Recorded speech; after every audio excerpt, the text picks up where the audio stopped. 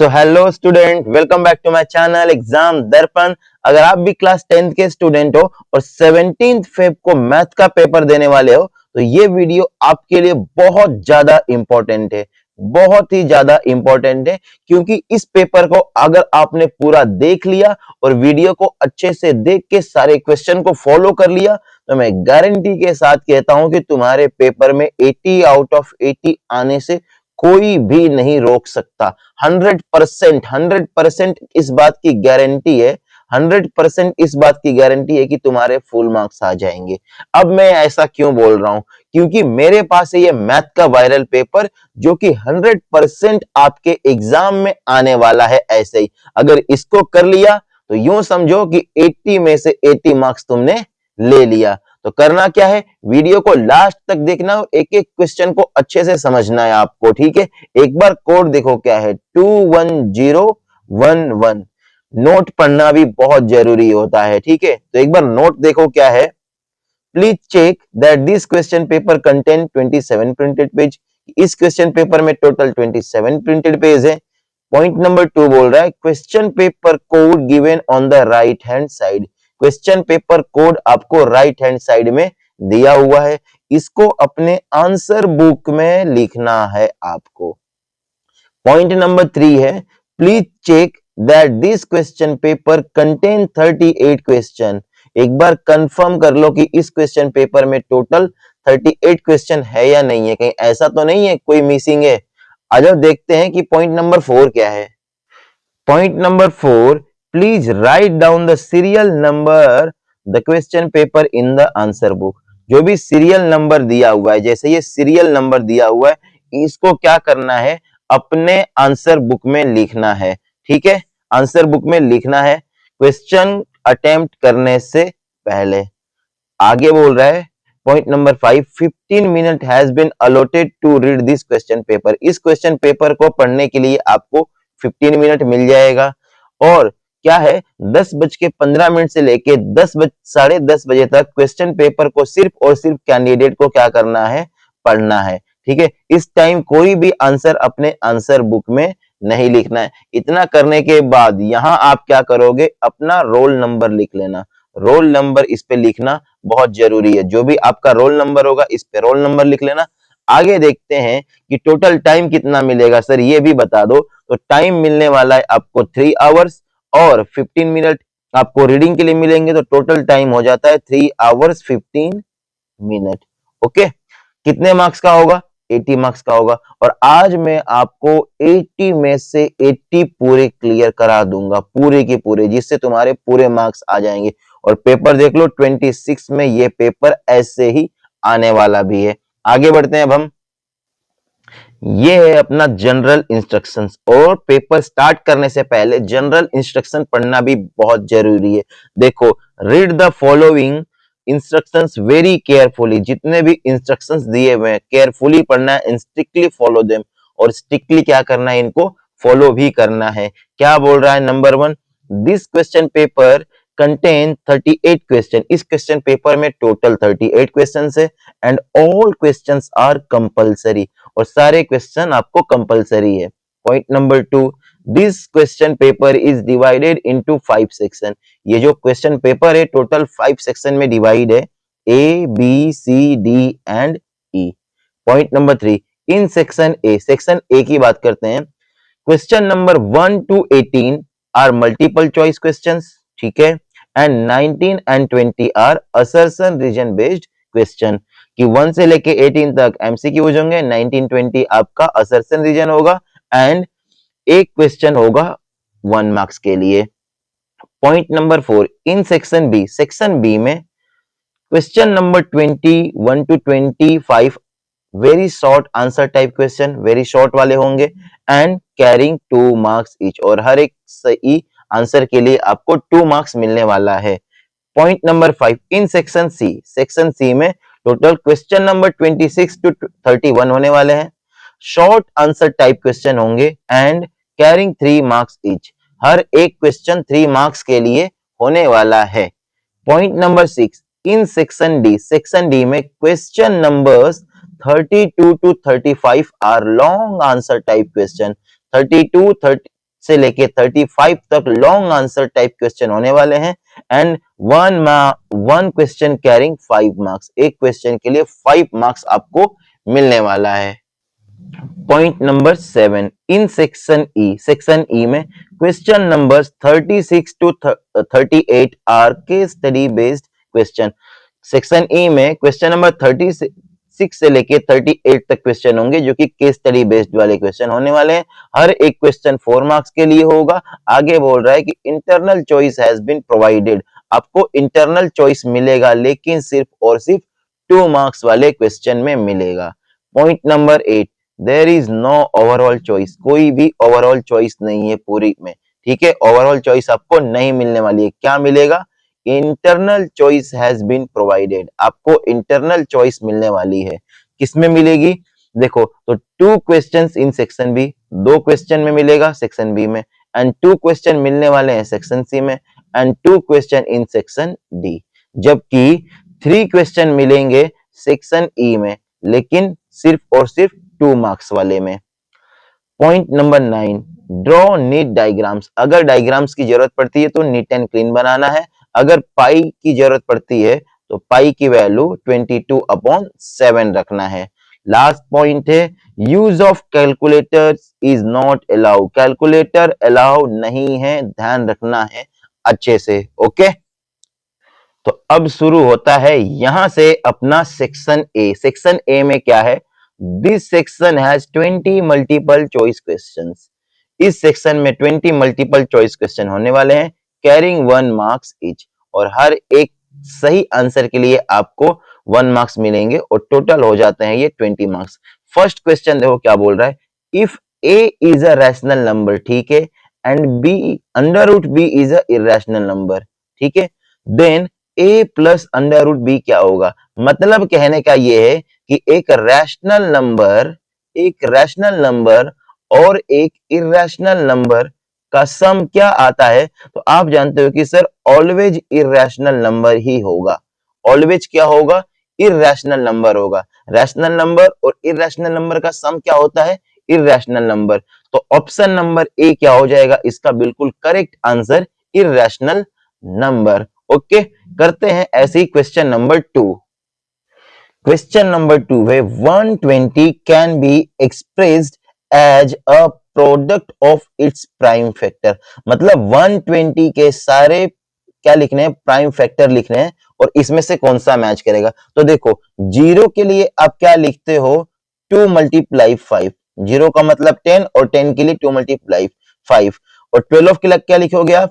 4 multiply 3, 4 3 जा 12 और बीच में लगाओ मल्टीप्लाई, 4 के और फैक्टर हो सकते हैं, ये आ गया 2 मल्टीप्लाई 2 एंड 3, और ये हो गया 2 मल्टीप्लाई 5, ओके।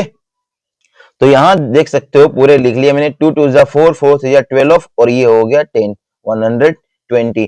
2 कितनी बार आया? 3 टाइम, 2 आया है 3 टाइम, किसमें? 2 3 टाइम इसमें है, ठीक है, 1 2 3 ये हो गया, एंड 5 3 जा 15।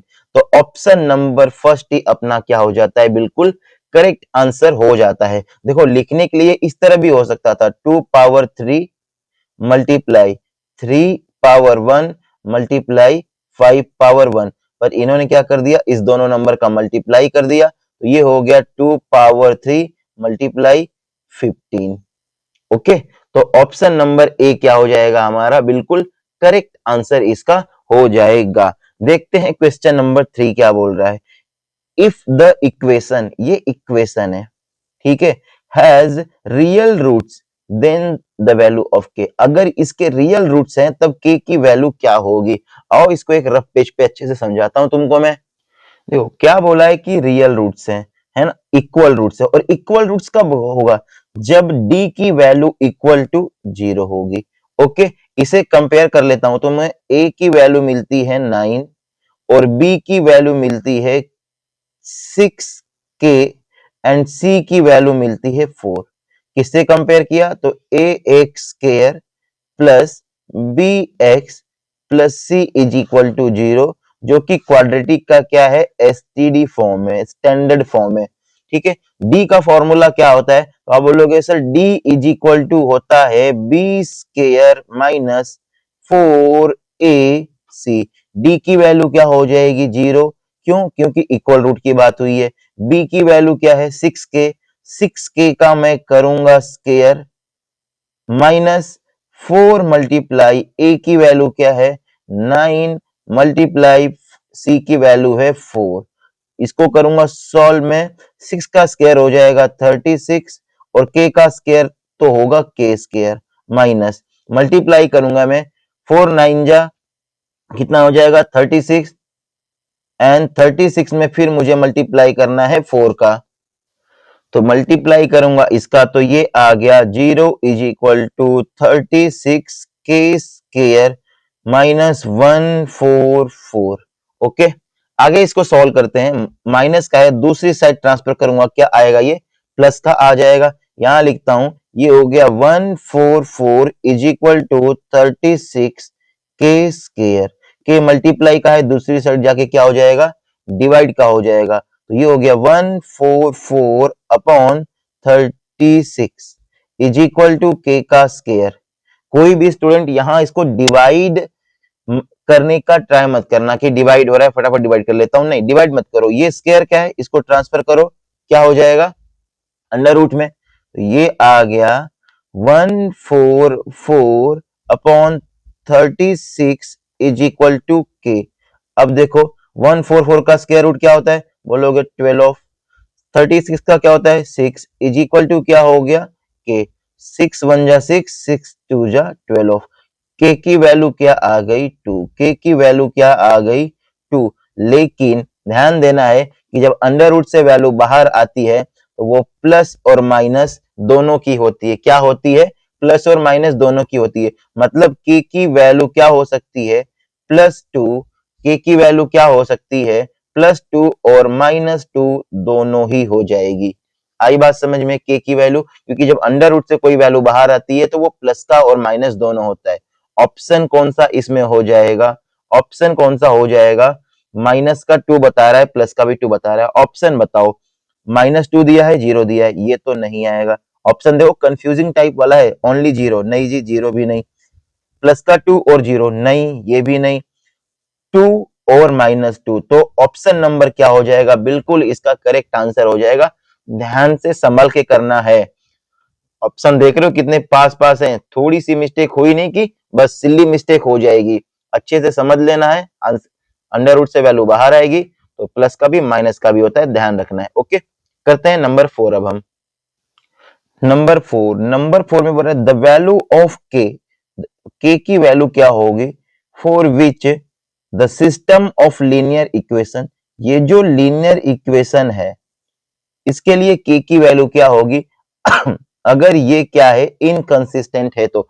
अब इनकंसिस्टेंट होता क्या है, तो तुम बोलोगे सर इनकंसिस्टेंट के लिए पैरेलल वाला केस होता है, जो कि होता है a1 upon a2 is equal to b1 upon b2 but not equal to c1 upon c2। Okay, यही पैरेलल का केस होता है, पैरेलल का केस होता है। ठीक है, अब a1 की वैल्यू क्या हो जाएगी, देखो यहां कुछ नहीं लिखा है तो 1 लिखो, अपॉन में a2 की वैल्यू यहां से निकलेगी 5 इज इक्वल टू b1, ये हो गया देखो a1 b1 c1 a2 b2 c2, तो b1 कितना हो गया मेरा 2 अपॉन में b2 कितना हो गया k is not equal to c1 कितना है 3, c2 कितना है 7। अब जो दो इक्वल है, ये दोनों इक्वल है ना, इन्हीं दोनों को मैं साथ में लूंगा और इसको सॉल्व करूंगा। देखो 1 upon 5 is equal to 2 upon k, cross multiply करता हूं तो ये होता है 2 5 जा 10 एंड k का मल्टीप्लाई 1 में होगा तो ये k की वैल्यू आ गई 10, k की वैल्यू आ गई 10, k की वैल्यू क्या आ जाएगी तो 10 आ जाएगी। कौन सा ऑप्शन हो जाएगा इसमें बताना मुझे, option number D. Option number D अपना क्या हो जाएगा इसका बिल्कुल करेक्ट आंसर हो जाएगा। आई बात समझ में, बहुत इजी था है ना। करते हैं नेक्स्ट क्वेश्चन अब हम नंबर 5 में बोल रहा है a quadratic equation whose one root is 3 कि एक क्वाड्रेटिक इक्वेशन कौन सी है इन चारों में से जिसका एक रूट क्या है 3 है। अपने पास अब इसको सॉल्व करने के रास्ते देखो क्या है। अगर एक रूट 3 है तो मैं क्या कर सकता हूँ, एक एक बार सारे इक्वेशन को लेके सॉल्व करूंगा, इसके रूट्स निकालूंगा और जिसका भी रूट 3 आ गया वो आंसर हो जाएगा। और दूसरा तरीका है कि इतनी मेहनत करने से अच्छा है टाइम टेकिंग से कि अगर एक रूट 3 है, अब अगर इसमें x की वैल्यू में 3 रख दूं तो वो 0 को इक्वल होना चाहिए, तभी तो वो रूट होगा। तो एक एक करके फटाफट चेक कर लेता हूँ कि वो कौन सा है जिसमें 3 x की वैल्यू में 3 रखता हूँ तो 0 आ जाएगा। तो मैंने बोला कि अगर 3 एक रूट है तो x की वैल्यू 3 रखने पे 0 भी होना चाहिए। पहली इक्वेशन में रखता हूँ, 3 का स्क्वायर क्या हो जाएगा 9 माइनस 3 5 जा 15 प्लस 6। क्या ये 0 आ रहा है? क्या ये 0 आ रहा है? नहीं आ रहा है। यहां से 0 नहीं आ रहा है।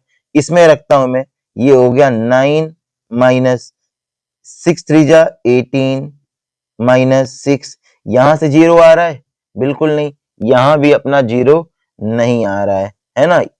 देखो ना, यहाँ ये 9 हो गया ना, माइनस का 9 और ये माइनस का 6 कहाँ आ रहा है? सॉल्व करूंगा तो मैं माइनस का 15 आ जा रहा है ना। इसमें चेक करो, ये आ गया 9 माइनस 3 5 जा 15 माइनस 6।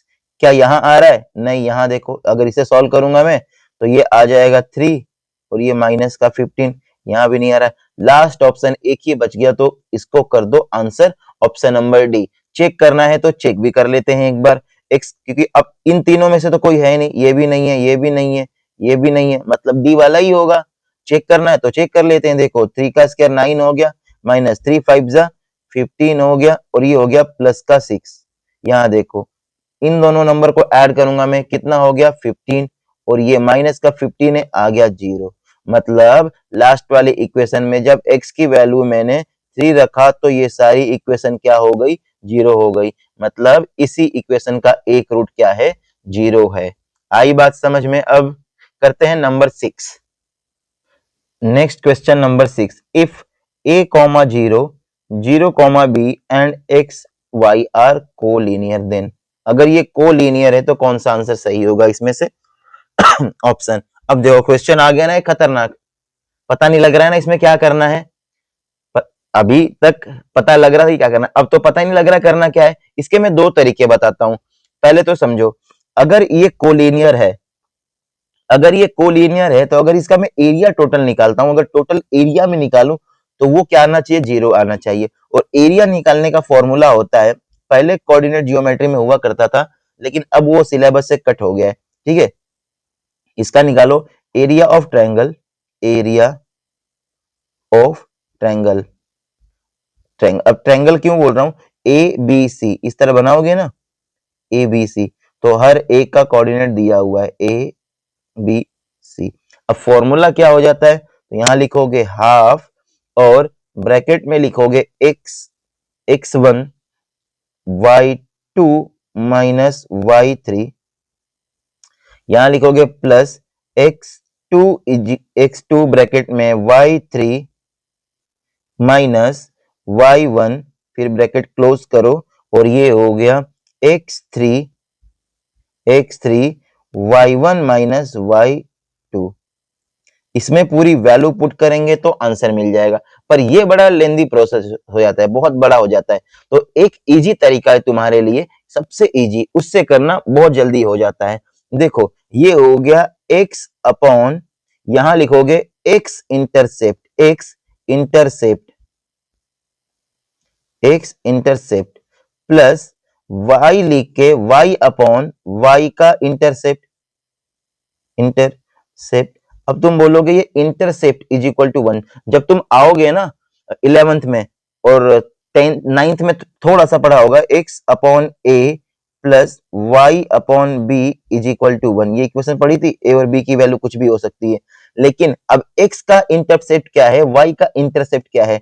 मतलब कि x किस पे कट किया, x की वैल्यू x एक्सिस पे कौन सी वैल्यू कट कर रही है, y एक्सिस पे कौन सी वैल्यू कट कर रही है। ठीक है ना, ये एक्सिस होते हैं, तो x पे कौन सी कट की और y पे कौन सी कट की। तो मेरे केस में x की वैल्यू मुझे a मिल रही है और y की वैल्यू क्या मिल रही है? b मिल रही है। x की वैल्यू a मिल रही है, y की वैल्यू b मिल रही है, और ये था फॉर्मूला। तो यहां मैंने लिखा कि x पे इंटरसेप्ट क्या है, ए है, प्लस y पे इंटरसेप्ट क्या है, b है, इज इक्वल टू में है 1।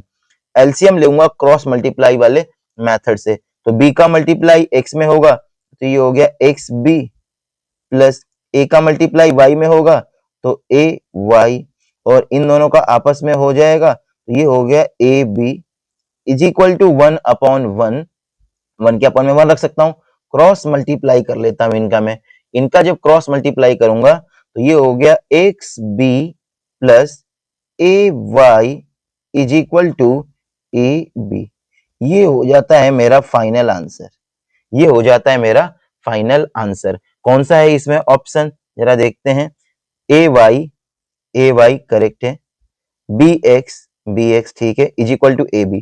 ऑप्शन नंबर सी क्या है मेरा, बिल्कुल करेक्ट आंसर है। तो यही वाला प्रोसेस आपको करना है, x अपॉन x पे कट किया, y अपॉन y पे कट किया, और कट करने को हम इंटरसेप्ट बोलते हैं। तो x अपॉन x का इंटरसेप्ट जो कि a दिया हुआ है, y अपॉन y का इंटरसेप्ट और ये b है, ठीक है, इज इक्वल टू 1 होता है। ये फॉर्मूला है, फॉर्मूला में वैल्यू पुट की है, a और b क्रॉस मल्टीप्लाई किया है और फाइनल मेरा आंसर आ गया है। आया समझ में? करते हैं अगला क्वेश्चन अब हम। Number 7, triangle ABC is such that AB की लेंथ दी हुई है, BC दिया हुआ है, CA दिया हुआ है। यहां मैं बना लेता हूं इस तरीके से, ये हो गया ट्रायंगल, ये हो गया ABC,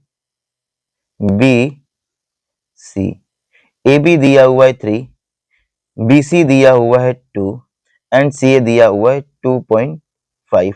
आगे बोल रहा है इफ ट्रायंगल DEF और ABC ट्रायंगल है, तो दूसरा ट्रायंगल बना लेता हूं मैं, DEF, D शुरू देखो ABC ऐसे किया था, तो इसको भी DEF करना पड़ेगा, ना कि DEF इधर से कर लेना, नहीं, ठीक है। अगर इसको इस तरह से मैंने किया है तो इसे भी ऐसे ही करूंगा, वरना आगे चल के गलत हो जाएगा। DEF, इन छोटी छोटी बातों का ध्यान देना है, ठीक है, क्योंकि छोटी चीजों से ही बड़ी मिस्टेक हो जाती है। अगर ये दोनों सिमिलर है तो मुझे एक चीज बताओ, इसमें EF की वैल्यू दी हुई है 4 सेंटीमीटर, ठीक है। अगर ये सिमिलर है तो क्या तुम बोलोगे कि सर ए बी जो साइड है वो DE के बराबर होगी, DE के रेशियो होगा, और AB अपॉन DE हो रहा है तो AC अपॉन क्या हो जाएगा, DF equal to BC upon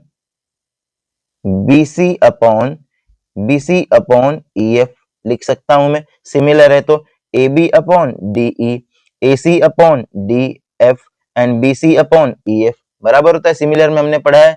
अब क्या बोल रहा है, then find the perimeter of DEF, DEF का पेरीमीटर फाइंड करना है। अब पेरीमीटर क्या होता है, तो ट्रायंगल की तीनों साइड का सम, एक साइड तो मुझे पता है, तो मुझे DE भी चाहिए और DF भी चाहिए, ये F है, ये DF है, तो पेरीमीटर के लिए तीनों साइड मुझे चाहिए, सम ऑफ तीनों साइड क्या हो जाएगा, पेरीमीटर हो जाएगा।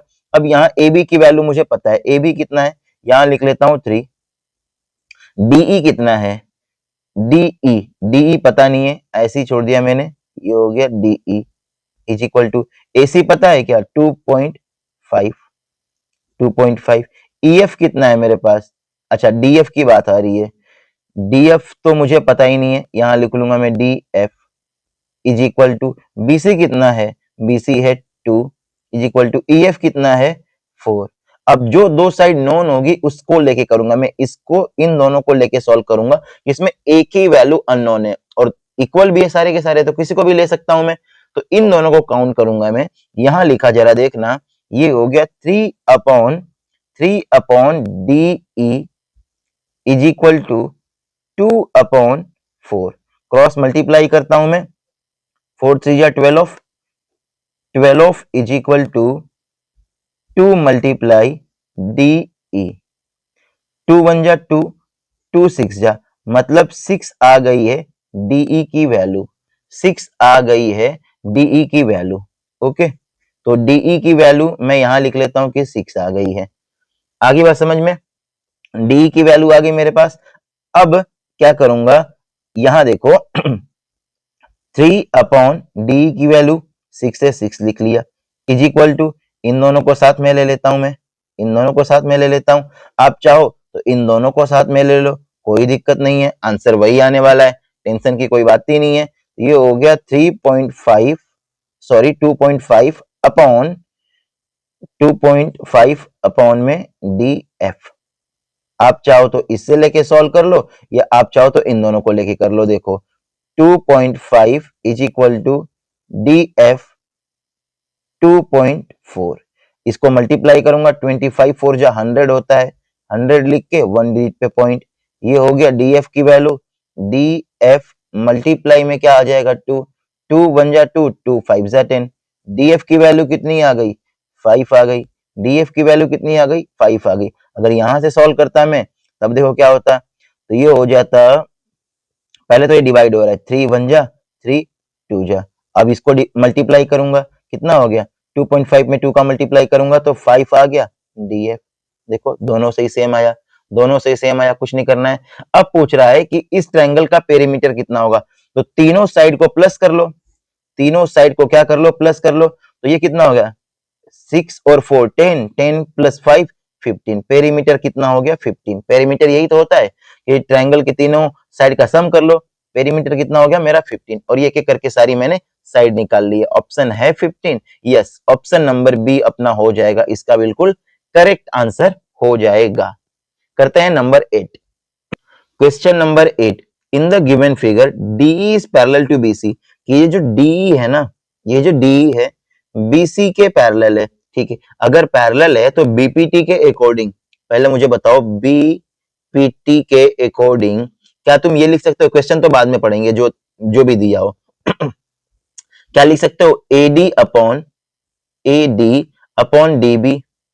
DB is equal to AE upon EC, लिख सकते हो क्या AD upon DB AE upon EC, BPT के अकॉर्डिंग मैं लिख सकता हूं, ये है ना।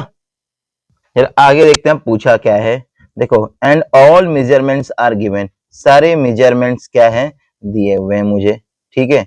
अब इसमें एक ही अननोन है AE, और पूछ भी AE रहा है, ये देखो एक ही अननोन है और पूछ भी AE रहा है ना।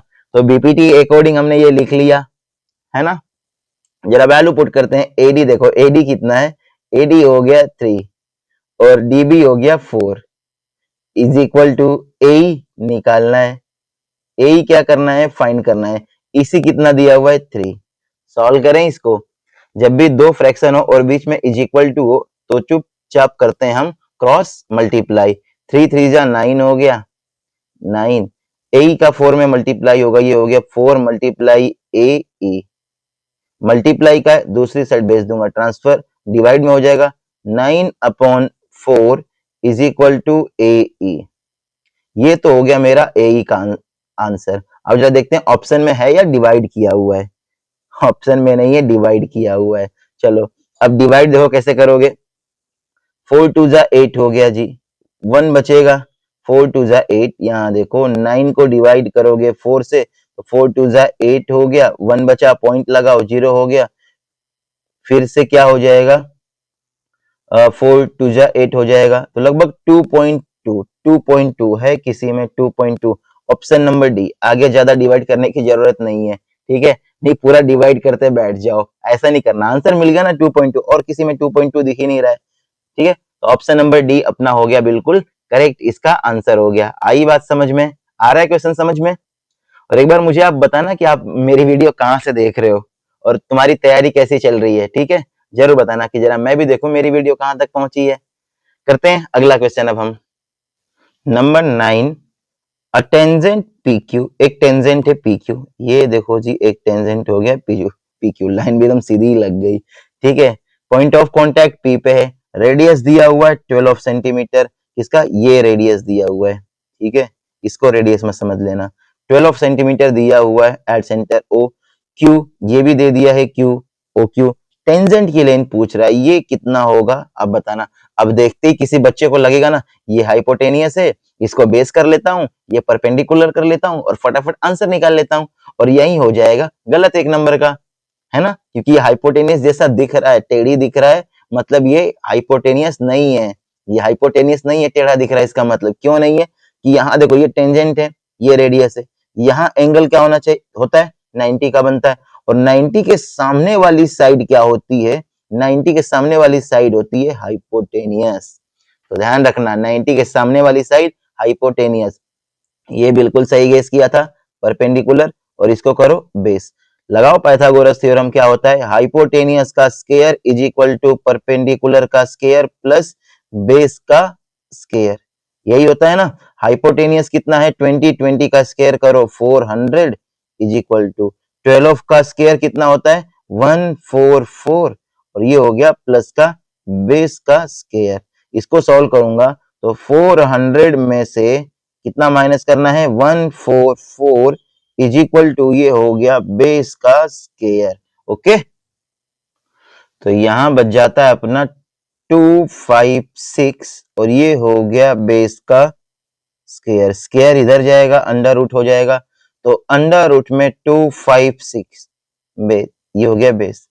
वैल्यू तो याद की होगी ना, 256 किसका होता है 16 होता है 256, तो बेस कितना आ गया मेरा 16 आ गया। बेस कितना आ गया मेरा 16। Option number D, option number D क्या हो गया इसका बिल्कुल करेक्ट आंसर हो गया।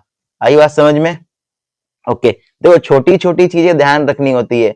अगर छोटी छोटी चीजें ध्यान है, तुमने पढ़ा है, तो ही तुम्हें क्वेश्चन आसान लगता है। ठीक है, कॉन्सेप्ट क्लियर नहीं है ना, तो एक इजी सा क्वेश्चन भी टफ लगना शुरू हो जाता है, यार कितना टफ हो गया। और जिस बच्चे का कॉन्सेप्ट क्लियर है, ठीक है, और छोटी बात छोटे छोटे कॉन्सेप्ट पे वो ध्यान दे रहा है, तो उसके क्वेश्चंस बड़े क्लियर होते हैं, बड़ा आसानी से कर लेता है, और सारे क्वेश्चंस को इजी लगते हैं। अब यही क्वेश्चन क्या था, इजी था, लेकिन अगर ये नहीं पता होता तुम इसको हाइपोटेनस कर लेते तो बस काम हो जाना था, है ना।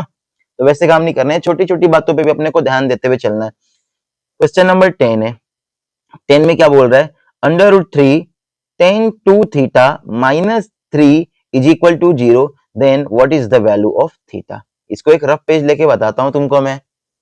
तो ये ले लिया मैंने एक रफ पेज। अब देखो क्या करना है, देखो जो चीज समझ में आ रही है ना वैसे करो। मैथ में अगर तुम्हें कभी भी लगता है कि सर यार क्वेश्चन में प्रॉब्लम हो रही है, समझ में नहीं आ रहा है करना क्या है, बच्चे का ना एक ही प्रॉब्लम होता है। मैं कहता हूं कि मैथ में बच्चे का एक के अलावा आज तक मेरे 6 साल के कैरियर में मैंने दूसरा प्रॉब्लम देखा ही नहीं। अब वो दूसरा प्रॉब्लम क्या है, यहाँ देखो तुम्हारी एक ही प्रॉब्लम है कि सर क्या करूं मैं, मेरा नेक्स्ट स्टेप क्या होने वाला है, क्या करना चाहिए मुझे। तो जो दिख रहा है वो करो। ये माइनस का दिख रहा है, इसको ढकेल दो दूसरी साइड, तो तुम बोलोगे देखो अंडर रूट 3 ये हो गया 10 2 थीटा। मतलब बच्चे की प्रॉब्लम है कि अगला स्टेप क्या होगा। तो जो दिख रहा है वो कर दिया, मुझे जो दिख रहा था इसको इस सेट कर देता हूं, कर दिया। अब क्या दिख रहा है जी, थीटा की वैल्यू पूछा है, तो कुछ भी करके मेरे को थीटा को अकेले ही करना है ना।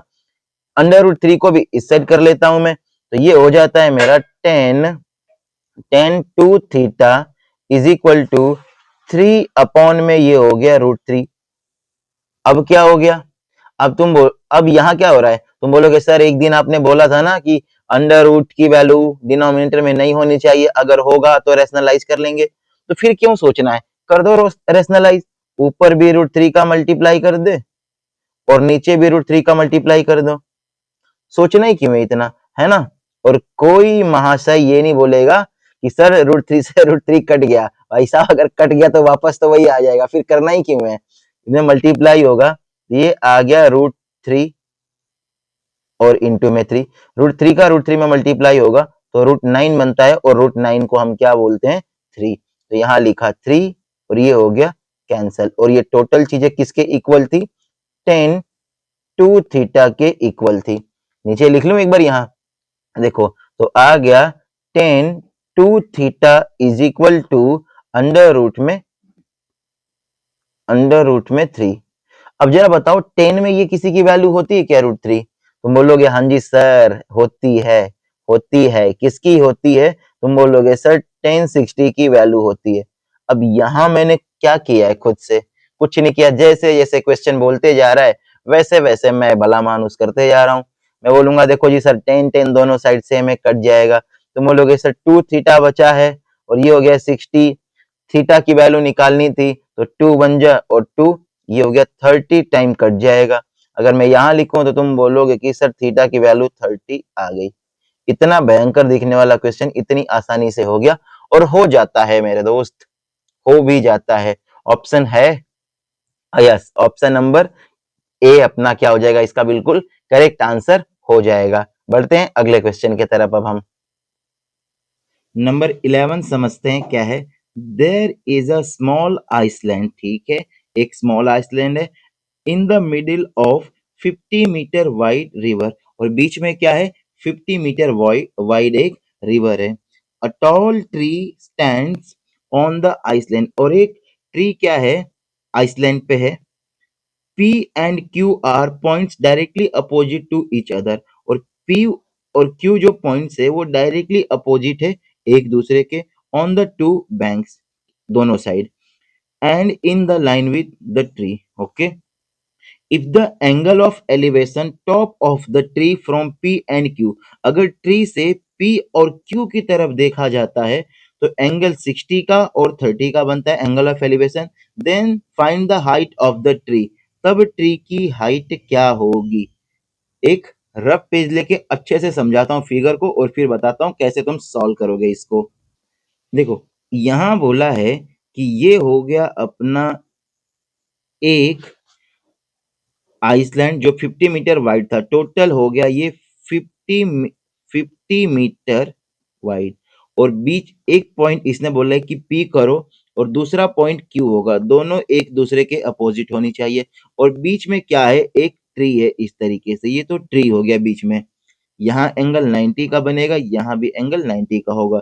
जब वो पी की तरफ देखती है, पी की तरफ देखा जाता है, तब एंगल बनता है 60 का, और जब वही ट्री से देखा जाता है क्यू से, तो एंगल बनता है 30 का, ठीक है, 30 का बनता है। तो पूछ रहा है कि उस पेड़ की हाइट बताओ कितनी होगी। अगर ये टोटल 50 है, पी से क्यू की डिस्टेंस, ठीक है, और मैं बोलूं कि अगर ये इतनी एक्स हो गई, यहां कर लेता हूं मैं एम, अगर पी एम क्या है, एक्स है, तो ये क्यू एम कितना होगा, तो तुम बोलोगे सर 50 में से, मतलब टोटल में से एक्स माइनस कर लो, और ये हो गया टी। अब इसी दोनों इक्वेशन को मुझे सॉल्व करना पड़ेगा और क्या है, वैल्यू फाइंड करनी पड़ेगी। देखो इसको मैं कर लेता हूँ ट्रायंगल 1 और इसको मैं कर लेता हूँ ट्रायंगल 2, ठीक है। ट्रायंगल 1 को यहाँ सॉल्व करता हूँ। देखो ये अपना P है और ये B है, और P और B आते किस में है, 10 में आते हैं, तो यहाँ लिखता हूँ मैं 10 60 इज इक्वल टू P की वैल्यू हो गई H अपॉन में 1 वाले को सॉल्व कर रहा हूँ, और B की वैल्यू हो गई X। 10 60 की वैल्यू होती है √3, और ये हो गया H upon X, cross multiply करता हूँ तो ये हो गया x मल्टीप्लाई में √3 इज इक्वल टू h की वैल्यू हो गई। h की वैल्यू तो मिल गई मुझे, बट x की वैल्यू तो पता होनी चाहिए ना। तो अब यहाँ आ जाओ, इसमें ट्रायंगल 2 में सॉल्व करते हैं, ठीक है। ये बोल रहा है इसमें भी देखो, ये b है और ये p है, और दोनों किस में आते हैं, 10 में p अपॉन b, तो यहाँ भी लिखूंगा मैं 10 30 डिग्री। क्यों, क्योंकि एंगल 30 का है।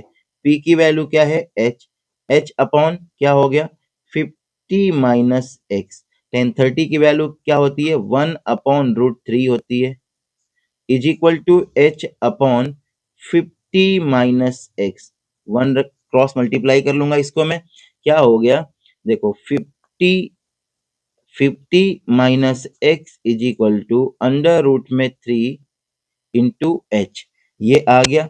इसको करो इक्वेशन नंबर 1 और इसे कर लूंगा मैं इक्वेशन नंबर 2। इतनी बात आई समझ में, थोड़ा सा पेज ऊपर करता हूँ, क्या इतनी बात आ गई समझ में जो मैंने अभी किया है। तो आगे बढ़ते हैं।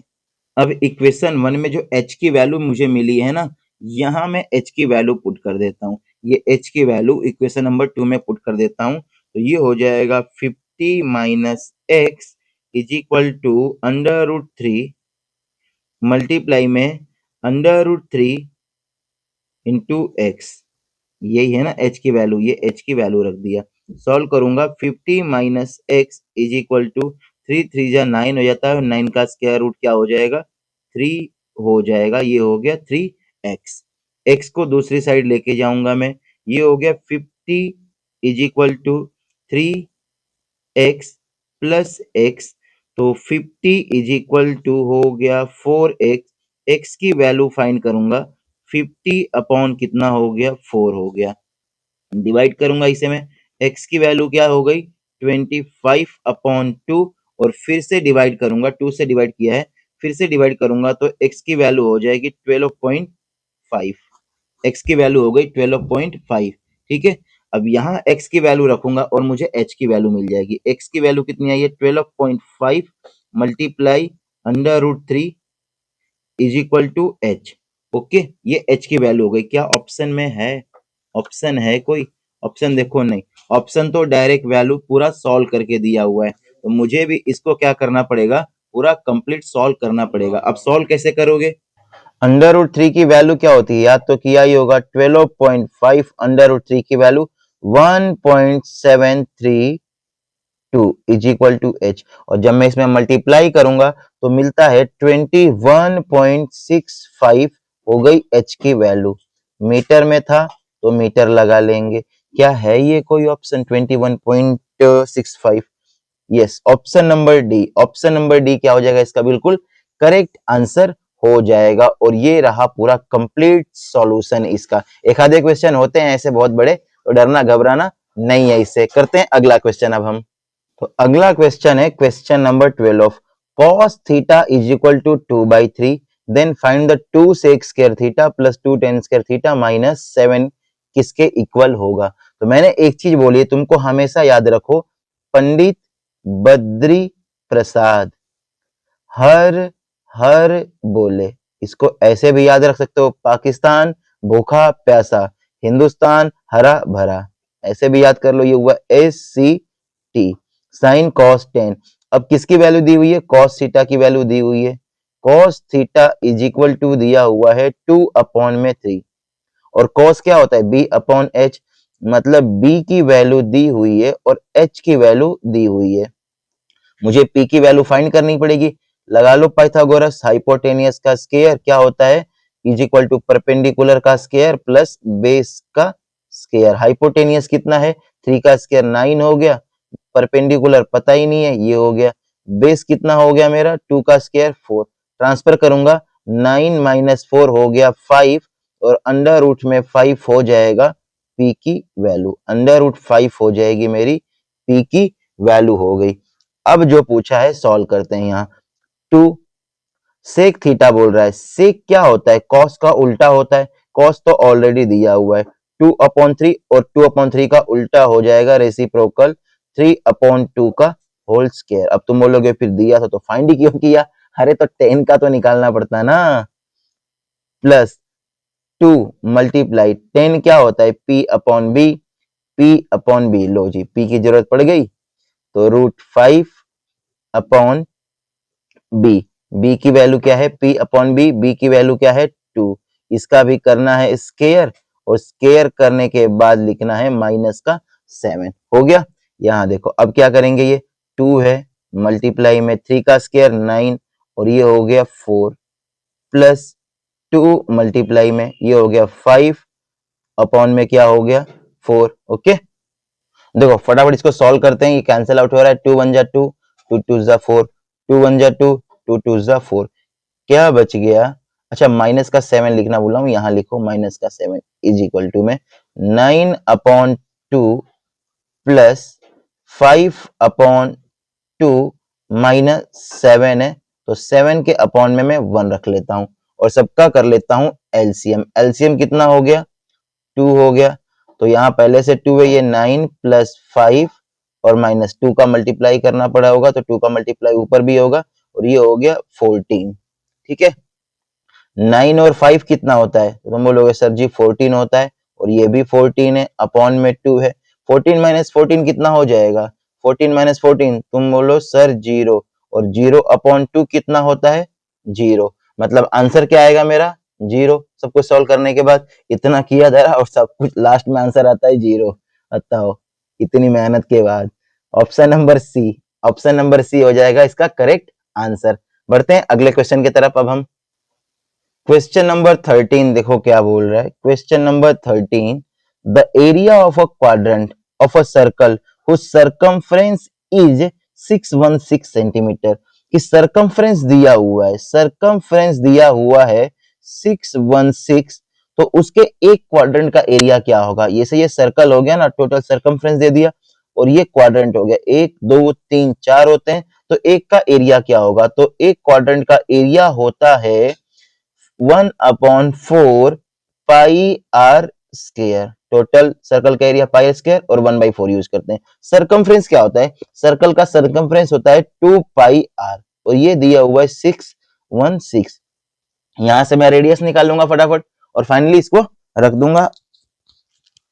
देखो तो अब क्या करना है, सबसे पहले तो यहाँ 2 मल्टीप्लाई में कर दो, यहाँ डिवाइड में, या फिर एक चीज और है, वैल्यू रखो 2, वैल्यू रखो, ये हो गया 22/7 multiply r is equal to 616। Okay, अब जरा यहां देखो आप, तो 11 2 जा 22, 11 5 जा 55 और कितना बचा, 6 बच गया, 11 6 जा 66, ये पूरा कट गया।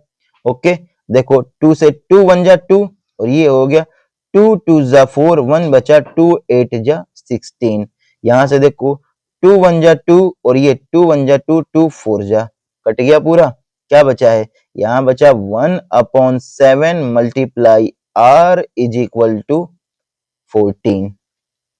ठीक है, इसे सॉल्व करेंगे हम, r/7 इज इक्वल टू 14 और r की वैल्यू जब मैं फाइंड करूंगा तो 1 रख के क्रॉस मल्टीप्लाई हो जाएगा, 14 7 जा होता है 98, रेडियस निकल गया 98, रेडियस हो गया मेरा 98।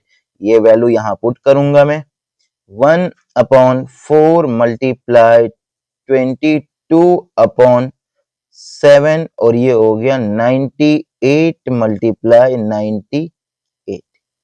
ठीक है, वैल्यू रख के सॉल्व करूंगा मैं इसको। जरा देखो 2 2 जा 4 और 2 से 11 टाइम हो गया, और कोई डिवाइड हो रहा है, हाँ 7 1 जा 7 और ये 7 1 जा 7, कितना बचा 2, 7 4 जा 28, 2 1 जा 2 और ये 2 7 जा हो गया। Area is equal to 11 multiply 7 multiply 98। Finally सबको मैं सॉल्व करूंगा, तो मुझे मिलता है 7546 और ये हो जाएगा मेरा फाइनल आंसर।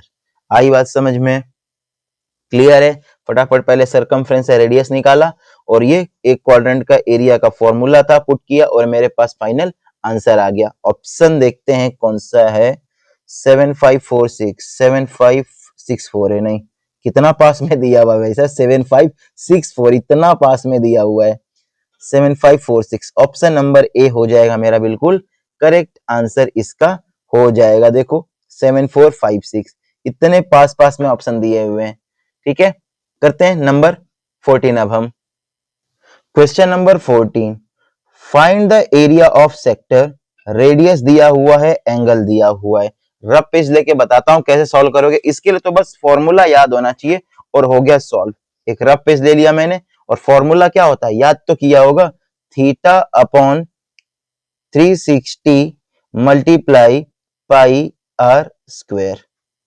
थीटा की वैल्यू कितनी है 50, ये हो गया 360 मल्टीप्लाई 22/7 मल्टीप्लाई में ये रेडियस दिया हुआ है 5 मल्टीप्लाई 5, 2 बार हो गया, 0 से 0 कैंसिल हो जाएगा।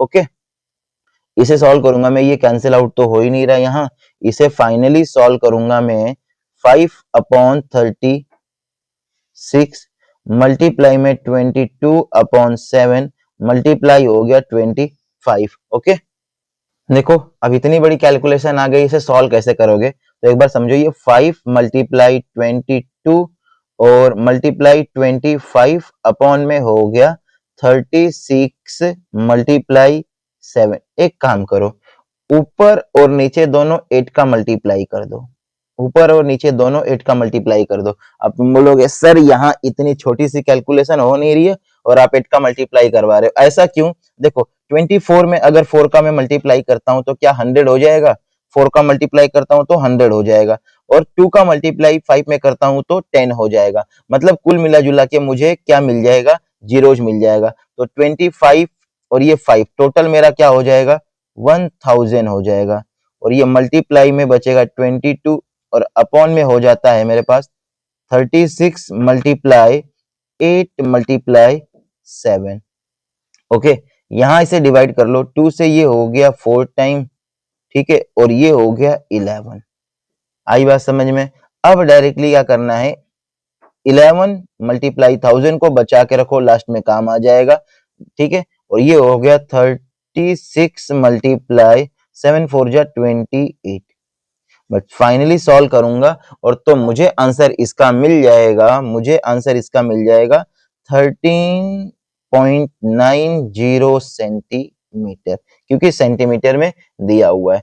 ऑप्शन हो जाएगा कोई 12 9, हाँ 13.90, ऑप्शन नंबर सी इसका हो जाएगा, बिल्कुल करेक्ट आंसर हो जाएगा। बढ़ते हैं नंबर 15 की तरफ। हम क्या बोल रहा है, number 15, one card is drawn at random, well सपेट 52 कार्ड से टोटल, what is the probability of getting black face card? Black face card की प्रोबेबिलिटी क्या होगी? तो ब्लैक फेस कार्ड में कौन होता है, दो तो किंग हो गए, ठीक है, दो तो क्या हो जाएंगी, अपनी क्वीन हो जाएंगी, दो क्वीन हो जाएंगी, प्लस दो क्या हो जाएंगे, दो जैक हो जाएंगे, मतलब टोटल कितने हो गए, 6 कार्ड हो गए, कितने में से, 52 में से। इसे डिवाइड करूंगा मैं 2 से 3 टाइम, और ये 2 से हो गया 2 4 जा 2 2 जा 4, और ये हो गया 1 2 6 जा 3/26, ऑप्शन नंबर सी हो गया इसका करेक्ट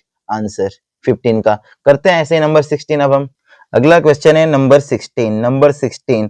इन डेटा L की वैल्यू दी हुई है, H दिया हुआ है, F1 F0 F2 दिया हुआ है, देन फाइंड मोड। अरे फॉर्मूला बस याद होना चाहिए। फॉर्मूला क्या होता है, मैंने बोला है ऊपर 10 लिखना है, नीचे 102 लिखना है, यही होता है मोड का फॉर्मूला। अब तुम बोलोगे सर बेवकूफ समझते हो क्या मुझे? अरे नहीं भाई साहब, ये ट्रिक है। देखो क्या करना है, F1 माइनस F0, ऊपर 10 लिखा, यहाँ क्या लिखना है, F1 minus F0 minus F2, हो गया ये लिखा 102।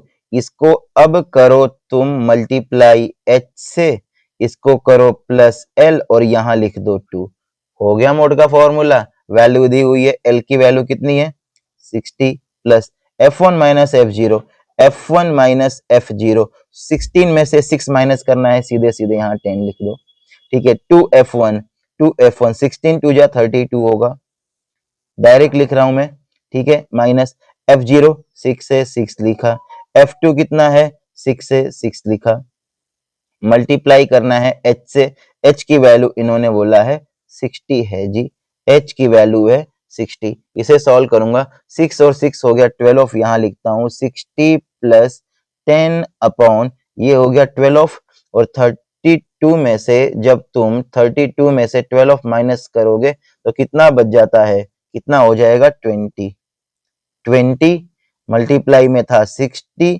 और ये 0 से 0, 2 1 जा 2 3 जा, और ये 10 में 3 का मल्टीप्लाई हो जाएगा, तो 60 प्लस 30 इज इक्वल टू कितना हो गया, ये 90 आंसर आ गया। 90 क्या आ गया, आंसर आ गया। ऑप्शन में कहीं नहीं है, क्रॉस चेक। अच्छा H की वैल्यू देखो 60 लिख दिया है, 60 नहीं है 15 है, H की वैल्यू 15 है, यहाँ सही करो, यहाँ करेक्शन करो थोड़ा सा, यह था 60 प्लस 10 अपॉन 20, और H की वैल्यू 15 है, H की वैल्यू 15 है, यहाँ 15 करना, ये हो गया 5 4 जा 5 3 जा, ओके। इसे सॉल्व करते हैं हम, ये हो गया 30 हो जाएगा, यहाँ देखो 60 प्लस 3 का मल्टीप्लाई हुआ, ये हो गया 30 अपॉन में 4, इसे डिवाइड करूंगा मैं, ये कितना हो जाएगा, इसे डिवाइड करूंगा तो बताओ, तो ये हो जाएगा 4 4 7 जा 28, और बचा 4 5 जा 7.5, ऐड करूंगा तो 67.5 अपना क्या हो जाएगा, इसका करेक्ट आंसर हो जाएगा। आई बात समझ में? ऑप्शन कौन सा हो जाएगा, ऑप्शन 67.5, ऑप्शन नंबर ए हो जाएगा इसका बिल्कुल करेक्ट आंसर। करते हैं नंबर 17 वाला, देखते हैं क्या बोल रहा है ये। Question number 17, a solid in the shape of a cone standing hemisphere with both their radius being equal, radius क्या है दोनों का इक्वल है, कितना है 1 centimetre, and the height of the cone is equal to radius, और height भी cone के इक्वल है, then the volume of solid, तो उसका वॉल्यूम क्या होगा। तो देखो वॉल्यूम क्या होगा, एक वॉल्यूम हो जाएगा, यही समझो वॉल्यूम जो हो जाएगा, volume volume of volume of किसका है, hemisphere, hemi hemi plus volume of cone किसका हो जाएगा, वॉल्यूम ऑफ कोन का हो जाएगा। जरा एक रफ पेज लेता हूं, इसको समझाता हूं तुमको मैं, दोनों के वॉल्यूम का फॉर्मूला लिख लूंगा मैं। तो वॉल्यूम ऑफ हेमिस्फीयर होता है 4/3 pi r cube, plus volume of cone क्या होता है 1/3 पाई आर स्क्वायर एच, यही होता है 1/3 पाई आर स्क्वायर एच। बोल रहा है कि आर और एच, आर की वैल्यू भी 1 है और एच की वैल्यू भी 1 सेंटीमीटर है दोनों की, ठीक है। यहां से देखो सॉल्व करता हूं मैं, 1/3 कॉमन हो रहा है, 1/3 कॉमन कर लूंगा मैं, 1/3, तो यहां बच जाता है मेरे पास 4 pi r cube plus pi r square h, ये बच गया, ठीक है। वैल्यू सबकी पुट करता हूं मैं, 1/3 4 पाई को पाई रहने दो, आर की वैल्यू 1 है, 1 का क्यूब 1 ही होगा, plus pi r square H, r की वैल्यू भी क्या है यहां लिखो पाई, आर की वैल्यू भी 1 है, एच की वैल्यू भी 1 है, 1 मल्टीप्लाई 1 आखिरकार 1 ही आएगा।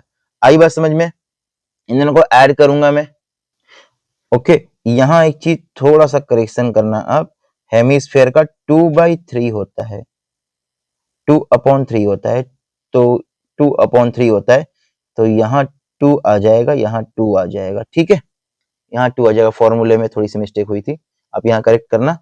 1/3 ये हो गया पाई, 2 पाई प्लस 1 पाई कितना हो गया, 3 पाई हो गया, 3 से 3 कैंसिल हो जाएगा, कितना आ जाएगा टोटल वॉल्यूम इसका पाई। देखो रेडियस 1 सेंटीमीटर था, हाइट भी 1 सेंटीमीटर थी, क्यों, क्योंकि बोल रहा है कि हाइट और रेडियस दोनों क्या है इक्वल है, तो रेडियस और हाइट दोनों इक्वल थी और रेडियस 1 था तो हाइट भी 1 होगी। फॉर्मूला था हेमिस्फीयर का 2/3 pi r cube 1/3 pi r square h, ये कौन का हो गया, तो मैंने 1/3 कॉमन किया है और ये वैल्यू पूरी कंप्लीट सॉल्व हो जाती है, कितना आया पाई, ऑप्शन नंबर ए इसका हो जाएगा बिल्कुल करेक्ट आंसर। करते हैं नंबर 18 अब हम, question number 18, the median of the class, अरे भाई साहब एक अच्छा क्वेश्चन है, देखो इस डायग्राम दिया हुआ है, इसका मीडियन क्या होगा।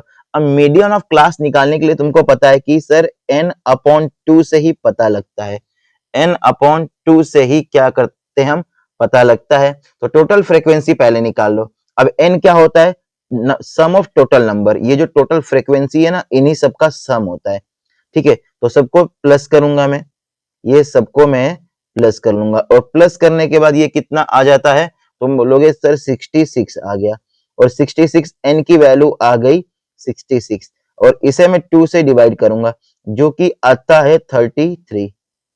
अब बताओ 33 में कौन सी मीडियन ऑफ क्लास हो जाएगी, 33 में बताओ मुझे जरा, ये n/2 की वैल्यू होगी। हालांकि इसमें देखो अगर तुम पूरी प्रोसेस से करना चाहो तो ये CF निकालना पड़ेगा, और CF से देखना पड़ेगा कि कॉम्युलेटिव फ्रीक्वेंसी किसमें 33 के पास है। लेकिन अगर देखो अगर ये n की वैल्यू 33 आई है, मतलब CF की वैल्यू हमेशा क्या होगी, 33 से ज्यादा ही होगी, 33 से ज्यादा होगी, मतलब इस कॉलम में इसमें तो आएगा नहीं और इसमें भी नहीं आने वाला, आ किस में जाएगा, उसके ऊपर वाली वैल्यू हम काउंट करते हैं, तो क्या आ जाएगा अपना 60-80, क्या हो जाएगा इसका 60-80 हो जाएगा, मीडियन ऑफ द क्लास हो जाएगा 60-80, मतलब ऑप्शन नंबर बी हो जाएगा।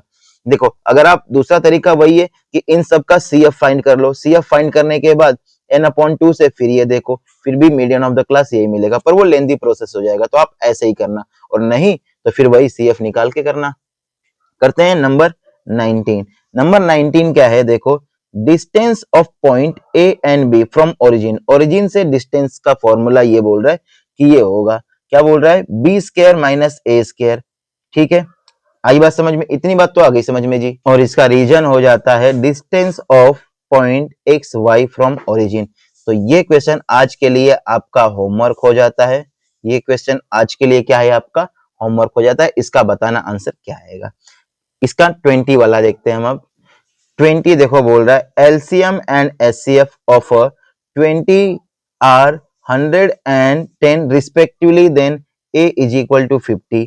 तो ये क्या हो जाएगा जी, बिल्कुल मैं अगर फाइंड करूं तो इतना आ जाएगा। असर्शन मेरा क्या हो जाएगा, इसमें बिल्कुल करेक्ट हो जाएगा। आगे बोल रहा है रीजन क्यों जी, तो एलसीएम और एचसीएफ का मल्टीप्लाई फर्स्ट नंबर और सेकंड नंबर के इक्वल होता है। बिल्कुल सही बात है, रीजन भी मेरा सही से एक्सप्लेन कर रहा है।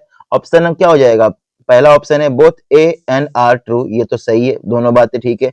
और R is the correct explanation of A, मतलब रीजन करेक्ट एक्सप्लेनेशन भी कर पा रहा है इसके असर्शन को। तो इसमें ऑप्शन नंबर ए क्या हो जाएगा, अपना बिल्कुल करेक्ट आंसर हो जाएगा। तो यहां तक हमने क्या कर लिया है, अपने सेक्शन ए को पूरा का पूरा कंप्लीट कर लिया है। और अब हम देखने वाले हैं सेक्शन बी इसका। थोड़ा यहां से शुरू होता है अब अपना सेक्शन बी। अब सेक्शन बी में देखो क्वेश्चन क्या है, 2 मार्क्स के क्वेश्चन होने वाले हैं।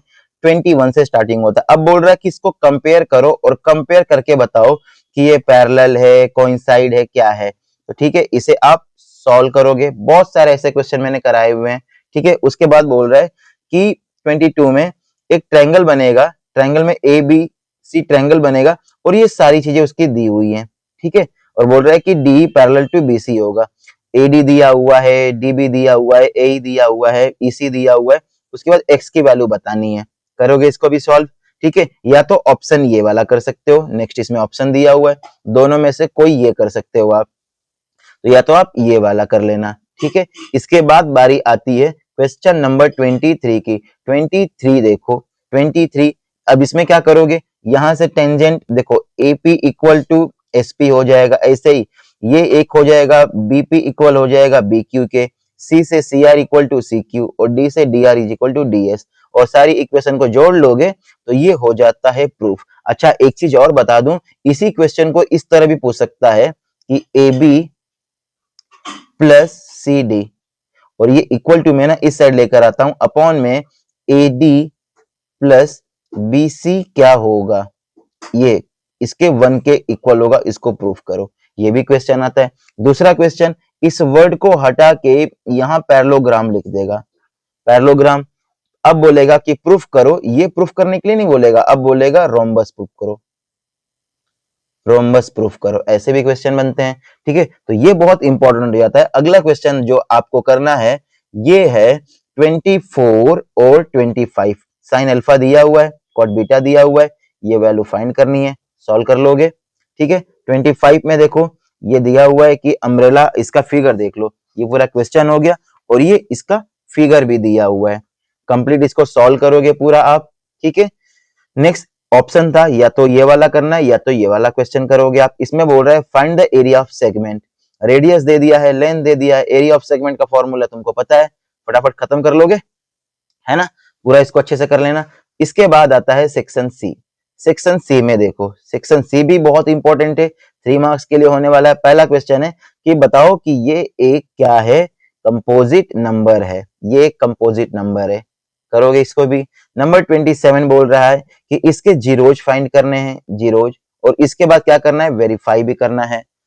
कर लोगे इसको भी। नेक्स्ट है the sum of 2 digit number.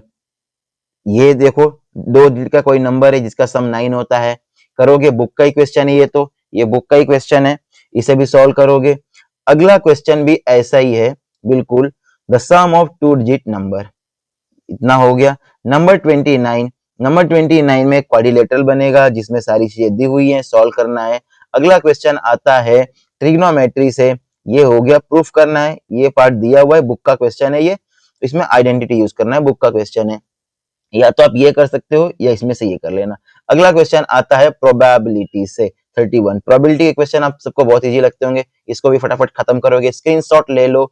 इसके बाद यहां से शुरू होता है अपना सेक्शन डी। अब सेक्शन डी में देखो क्या है एक बार, तो सेक्शन डी के क्वेश्चन आते हैं यहां से, क्वेश्चन 32 से वर्ड ऑफ पाथ निकालना है, ये क्वाड्रेटिक इक्वेशन है, बहुत इजी सा है, कर लोगे।